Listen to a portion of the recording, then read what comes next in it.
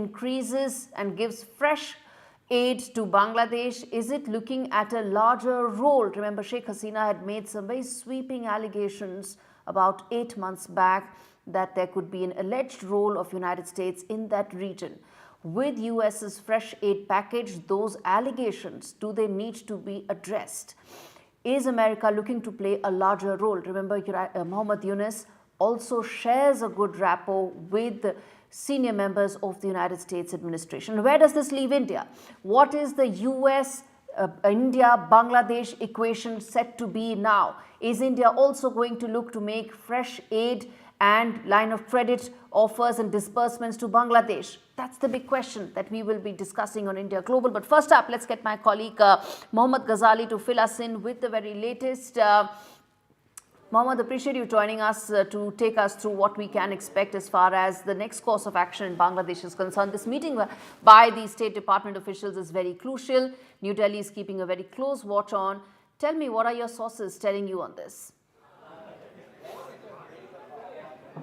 See, this particular meeting was expected last week. The State Department had issued a statement that how a delegation from the United States will go to Bangladesh and will meet the higher functionaries there, including Mohammed Yunus, the chief advisor of the interim government there. And besides the aid package, though the State Department officials or the statement claim that perhaps this aid will bring inclusive to check the growth, declining growth there, and Bangladesh's economy had taken a hit after the Russia-Ukraine war started, and to just for the course correction, Mr. Yunus was asking for aid, and in a televised address last Tuesday also he had appealed for $5 billion aid. But when Bangladeshi experts were contacted, perhaps they thought that Bangladesh's interim the chief advisor of the interim government was only asking aid from the international organizations, and he didn't want a bilateral support. But US is stepping in with this aid is very significant because, as you rightly pointed out, just a couple of months ago when Sheikh Hasina was facing a lot of rebellion,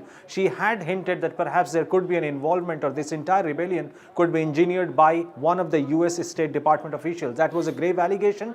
No clarification or sort of comment was given by the US State Department about it, but this meeting is very significant considering the point that US also wants to involve itself with the new administration there.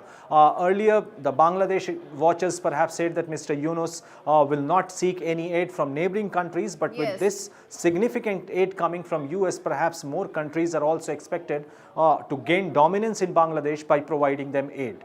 Absolutely. Mohammad Ghazali, appreciate you joining us on India Global this Monday evening. Let's open this up. Ayanjit Sen, international affairs expert with me on the show. We also have Dr. Ashikur Rahman, principal economist, Policy Research Institute of Bangladesh. Dr. Rahman, let me start with you, sir.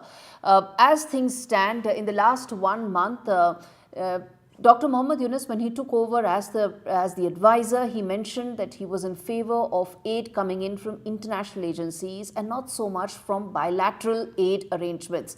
Why the change? And does this indicate a larger role for United States in the present dispensation?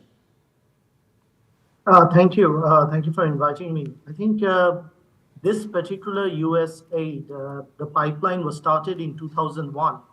And $1 billion was committed under USAID program, out of which Bangladesh has already received $450 million. So the $202 million that has been promised under that pipeline is basically adding to that 450 that has already been received, and another 300 million that is owed under that pipeline. So it's, Bangladesh has a line of credit with India, and Bangladesh has a line of credit with China, and USAID also had a pipeline for last 5 years, 21 to 26. That's the pipeline. So yes, you're correct that fresh installments are coming in that from that pipeline. But the amount, as you see, it's only 200 million. It's a useful grant, but it's nothing fundamental. I think what Bangladesh, you have correctly pointed that the interim government has very close relationship with US. What Bangladesh needs, and I think we have discussed it in your the show earlier, that is market access. Vietnam pays 5% tariff on RMG, while Bangladesh pays 17%. Okay. So what Bangladesh really needs from US is not charity, right, but the market access. We're going to come to that. We will come to that as well. But Ayanjit Sen, the question is, if America is is looking, or is America looking to now play a larger role in a dispensation which it is now more favorably disposed to, as against the previous dispensation of Sheikh Hasina, which had also made some very, very serious allegations against a possible American role in that region? Well, yes, I think the American position definitely has changed. Vis-a-vis what was it during Sheikh Hasina's regime, and currently, for example, what happened today, the dispensation that they have given to the Bangladesh interim government. So that clearly, in a way, indicates the change in the American position.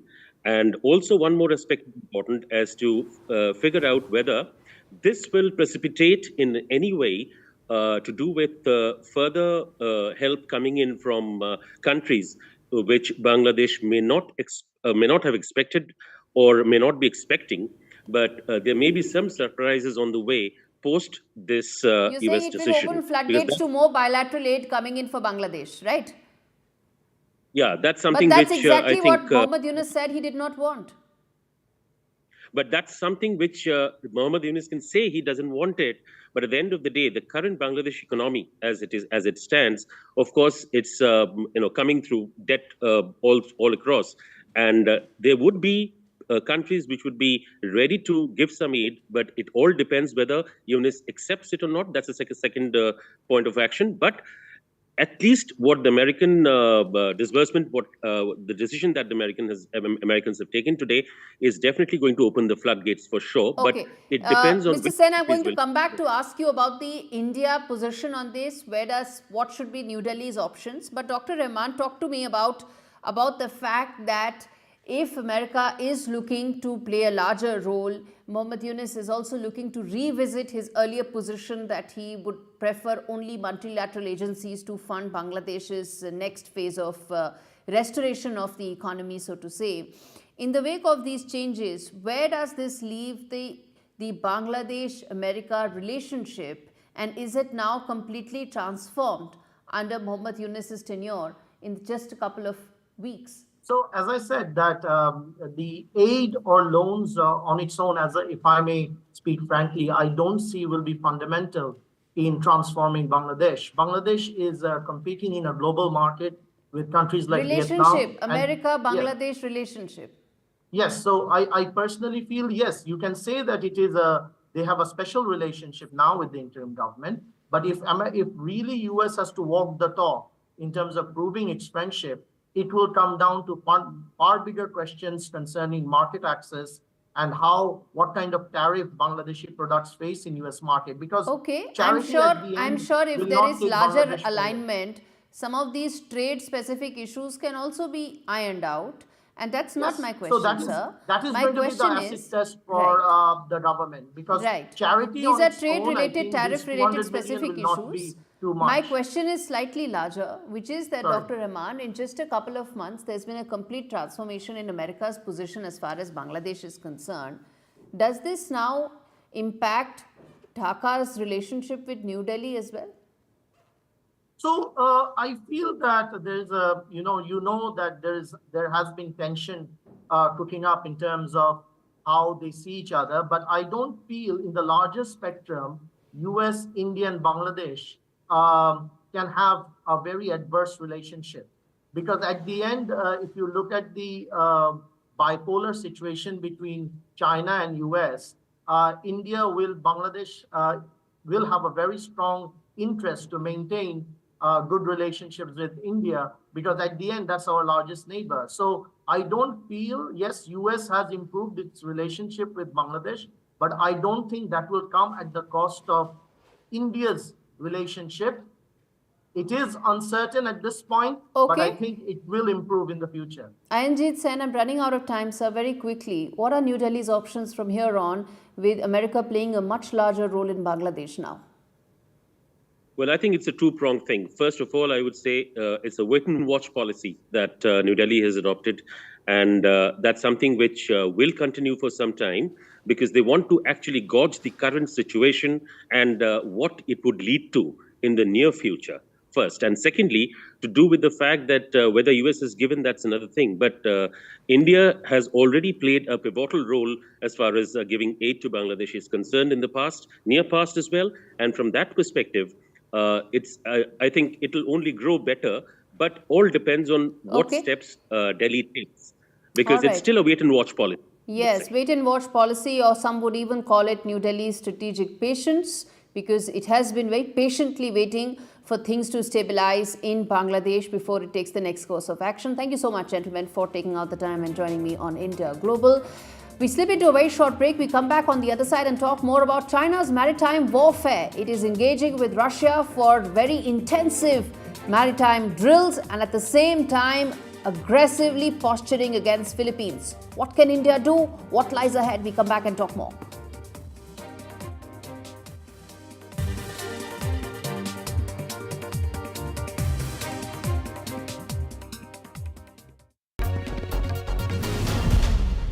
And now joining us. Whatever you need to ask about cancer, Macmillan's free support line is just a call away. Hello, Macmillan. Whether it's money or work worries, Am I going to lose my job? getting on with life, Can I still go abroad? Get insurance? or just need someone to listen, How do I tell them? our specialist advisors are here to help as often as you need them. Whatever you need to ask, cancer, work, money, life, call us now on 0808 134 1000.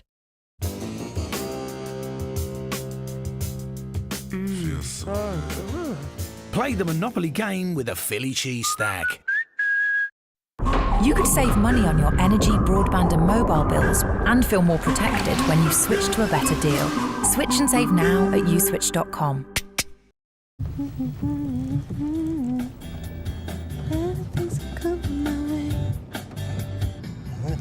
If you move to the UK to keep on moving, move to Marshmallow.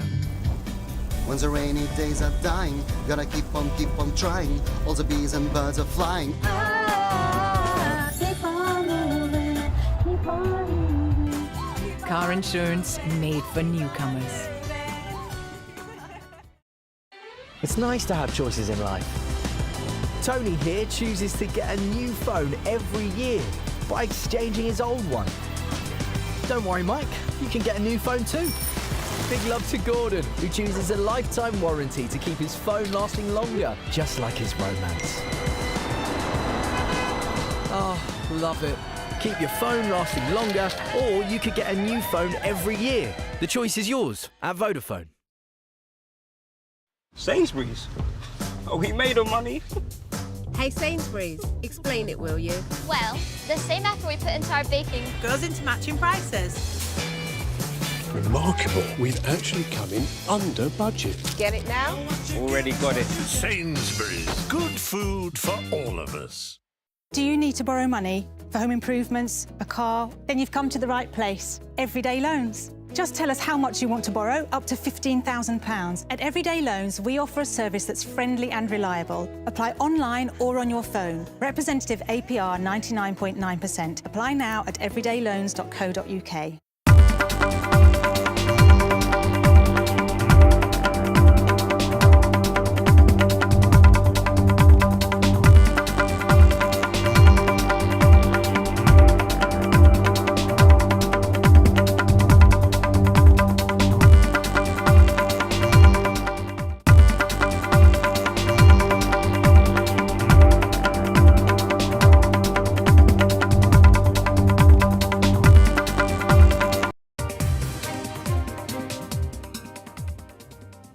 Welcome back. You're watching India Global with me, Gaurie Dwivedi. Now, the second debate that we are looking at today is the latest as far as China's maritime warfare is concerned. Its intent has been clear for the last decade, but in the last couple of days, it has pushed the pedal once again. There are two things that have happened. One, it has collaborated with Russia to come out with the most extensive maritime drills and naval drills between the two countries, and in fact, the biggest for post-Soviet Russia, so to say. Secondly, China is also once again posturing in the Indo-Pacific. It's been having skirmishes with Philippines the last couple of weeks, and there has been a latest instance there as well. So that brings us to ask two fundamental questions. One is, what should be the priorities as far as the Indo-Pacific is concerned? Remember, these exercises between China and Russia took place in the Sea of Japan, one of the 4 countries of Quad. US, Japan, India and Australia are the 4 Quad countries, and given that there's a Quad meeting that will take place next week on the 21st, should this now be a key focus area for the 4 leaders? That's a big question that we are asking on India Global. Besides, what should be India's strategy for the Indian Ocean region, where China has been looking to play a larger role? All right, let's open this up. Don McLean Gill, who's joining me from Manila. He's a geopolitical analyst with De La Salle University. Thank you so much, Don, for taking out the time. And we also have Mr. Shashank, former Foreign Secretary. Thank you so much, sir, for speaking to me on India Global. In fact, let me start with you, Don. There have been multiple instances as far as Chinese Coast Guard hitting out on Philippines' ship.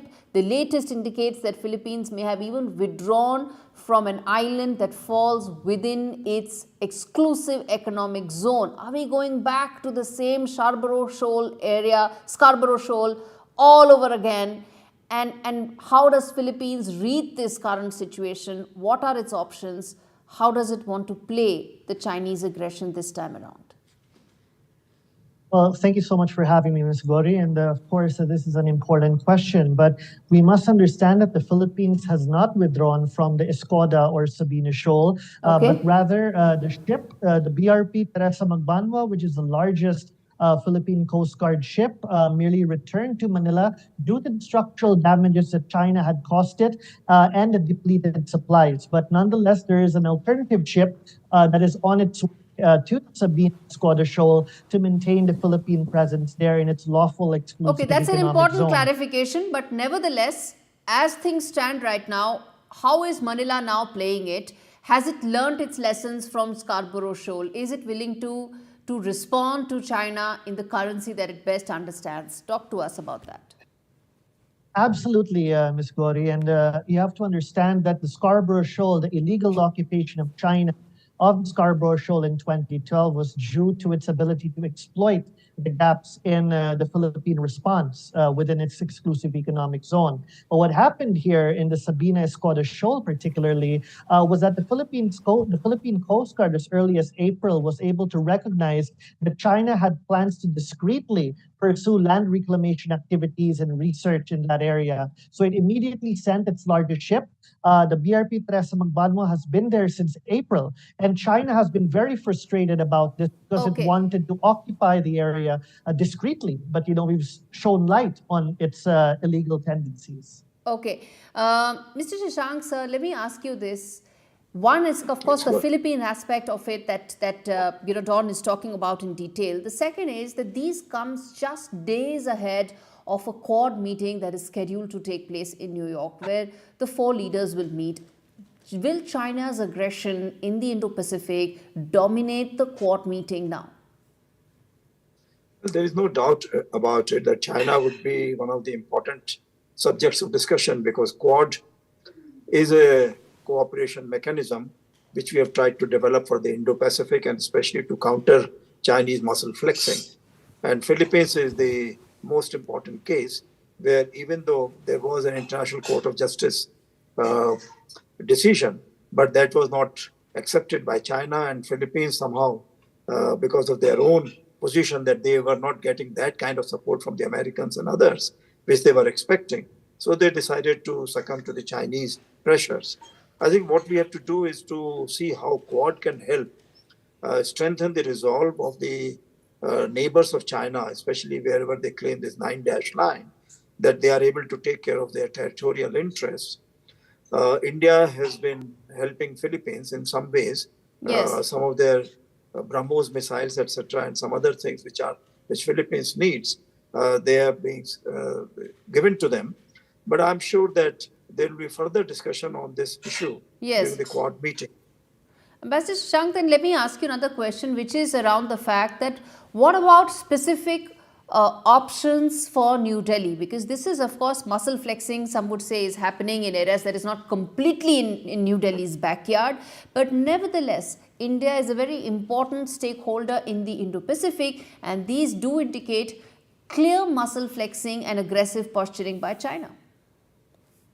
Well, what we are finding is that this European struggle which is going on between Russia and Ukraine, and where Ukraine has been asking for longer range missiles to hit Russia in its interior portions, has been making Russia more and more dependent on China. And China feels that, well, it can count on Russian support and also do much more muscle flexing in the Asian region. I think India has to ensure that it has to continue with its supply lines of defense equipment, etc., from Russia.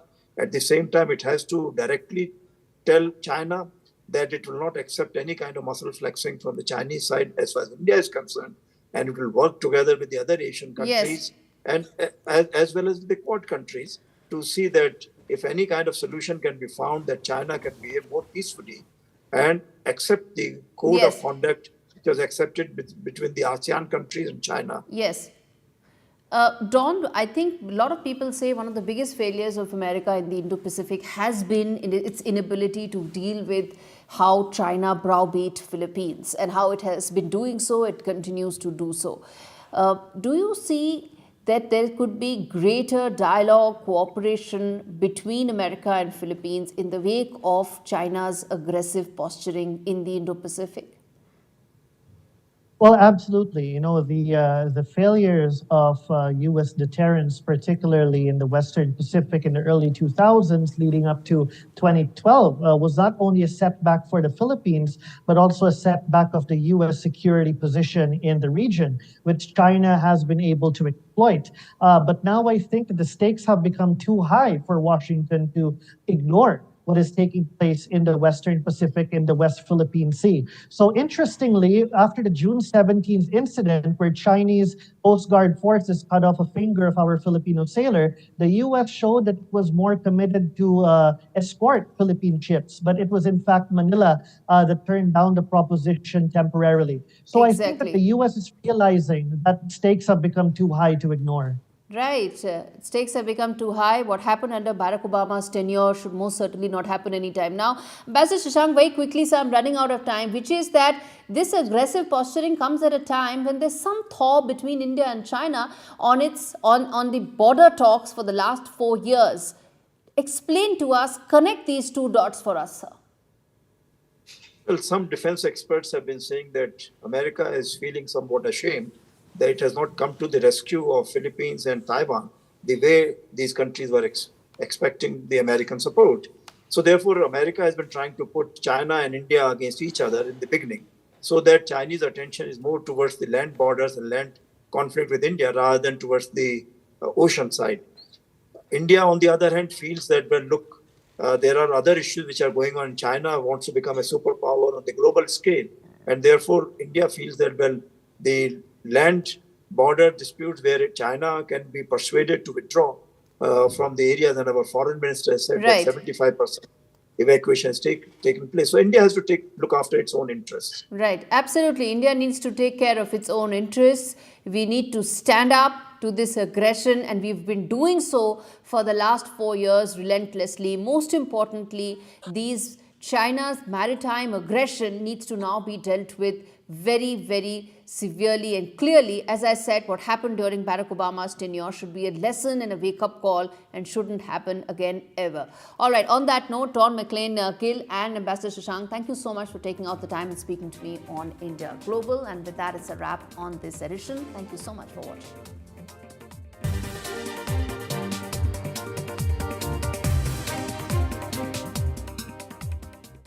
Mindful Chef. Food to help you feel great. Try Mindful Chef now with 25% off your first 4 boxes. Healthy eating made easy at mindfulchef.com. If you're over 50, enjoy peace of mind knowing your family will receive a guaranteed payout when you're gone. Post Office Over 50's life cover is simple and affordable. Your guaranteed acceptance if you're a UK resident aged 50 to 80. There are no health checks. And it starts from just £1.15 a week. Plus, you can get free 24/7 GP access with the health and wellbeing benefit. Come on, enjoy yourself. Safe in the knowledge, over 50s life cover will pay out money when you die, as a gift. Call our UK call centre now on 0800 169 1100 and choose your £125 gift card for amazon.co.uk, Tesco or M&S. Mum and Dad love Bright Sun Travel. They book all their trips through them. Mum's business trips, fly drives or city breaks. I love beach holidays the best, and so does my dad. For business, leisure or fun, call Bright Sun. At all protected. Introducing the JML Pure Shower Plus, our new and improved shower head, now with 30% more mineral beads to help clean and filtrate your water. The hundreds of micro nozzles help increase spray power for an invigorating shower, whilst using less water, so you could save money on your energy bills. Plus, it works with all shower types, even electric. Choose from 3 relaxing spray settings and upgrade your shower experience with the JML Pure Shower. Only $14.99 from Asda, Dunelm, Morrison's, Tesco and JMLdirect.com. Someone's happy. Get that lucky cow feeling with luckycowbingo.com/bingo, the site that's bursting with beautiful bingo games. 75 ball bingo, even 90 ball bingo. Fill your bingo boots today. Get that lucky cow feeling at luckycowbingo.com/bingo or download the Lucky Cow Android app from the Play Store. Now joining us are Ismail and Tyro. A very warm welcome to NDTV. My first question to you, Ismail. Of course, your character is a new addition to Tolkien's world. Was there any pressure or did you take any inspiration to develop the character, or was it written so well that you didn't have to do much? No, there is pressure, of course. There is pressure. But I was very ready to enter Tolkien's world. I'm a huge fan. And I wanted to do right by it. I love the elves. I love all things Tolkien. So it was just for me just an incredible opportunity to just make something very, very, very cool. You know, it's written beautifully, but with a lot of space for me to also be creative. And your character has a duality. There's fear, there's bravery. How did you plan to navigate it? Did you do any exercises? Were you doing any notes to play that kind of duality? I think it's kind of just like Theo is just, he just does whatever like he wants. You know? This is NDTV, and you're watching NDTV 24/7.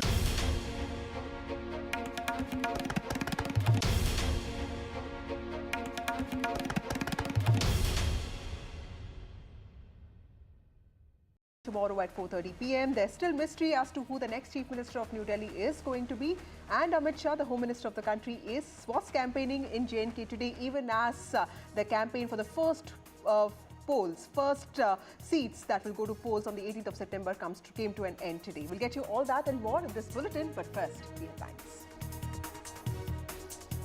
Protesting doctors at Mamata Banerjee's residence. There's been a climb down by doctors on their live telecast demand. The government now has agreed to sign copies of transcript of the meeting.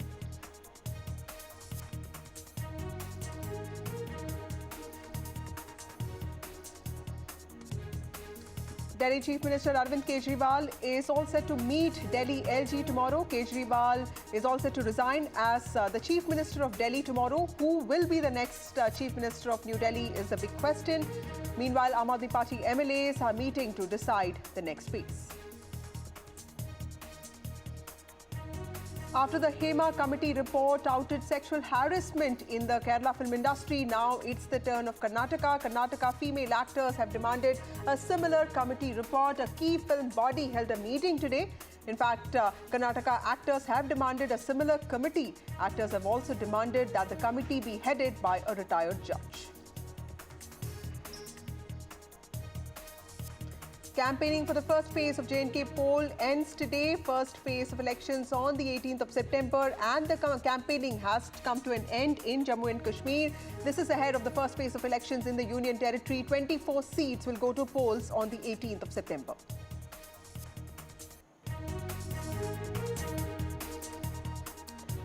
Well, agitating doctors have left to meet the CM of West Bengal, Mamata Banerjee, after government agreed to their demands of signing copies of transcript. Remember, the standoff continued over the last few days with the agitating doctors demanding a live telecast of the meeting, but the government was not ready for it, saying that this matter is sub judice and the government was not ready to live telecast it. Now there's been a climb down by the doctors. The doctors have said that they are okay with a video recorded transcript of the meeting.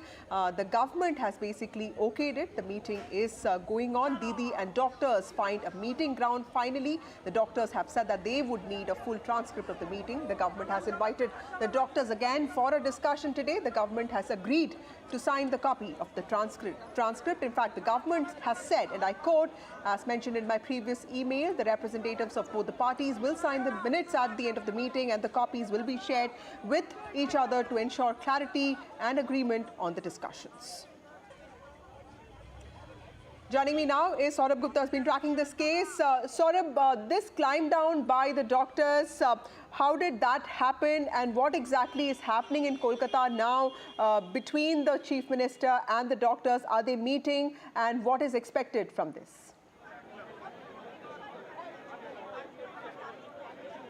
Yes, the meeting has started is what we are being given to understand. The two stenographers who came with the junior doctors have also been allowed in.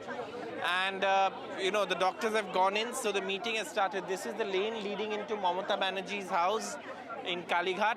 And the doctors, of course, the bus dropped them right at the gate and has now come out. And what we are being given to understand is that the meeting is finally underway as, the doctors have gone in. But what will be the outcome is something that's still anyone's guess. What we are being given to understand is that the meeting has begun. And of course, the both sides will exchange minutes of the meeting after the meeting is done to ensure that they have, a proper record of what transpired at the meeting and who said what. Now, obviously, when it comes to the demands of removal of the health secretary, removal of, 3 or 4 officials from the health department, including the health secretary, that is something that, of course, the chief minister said there's a process. And she has to consult certain others in the government. So once that is done, perhaps, these demands will be put forth by the doctors. And then, of course, the chief minister will tell them what the state government has done for their safety and security, what the state government will do in future to help, to sort of ensure that they call off the strike and call off the protest near Swasthya Bhavan. Right. Saurabh, also tell us what is happening to the investigation that's going on into this case, because we saw the arrest of Sandeep Ghosh. First his arrest happened due to irregularities with respect to the functioning of the college, and then, of course, his involvement with respect to tampering of evidence. Where is that investigation headed by the CBI? Well, the CBI has to file a status report in the Supreme Court tomorrow on Tuesday when of course, the Supreme Court takes up the case. Now, the CBI has arrested these two people. The remand application explains the cause of arrest, one of them being delay in filing FIR or delay in reaching the spot, or, certain aspects of the collection of evidence. Now, obviously, the lawyer for these two accused alleged that, or said in court that these were bailable sections, but obviously, the court has sent them to 2 days CBI custody. The CBI has time to interrogate them in custody or confront them, like the CBI said, while seeking remand.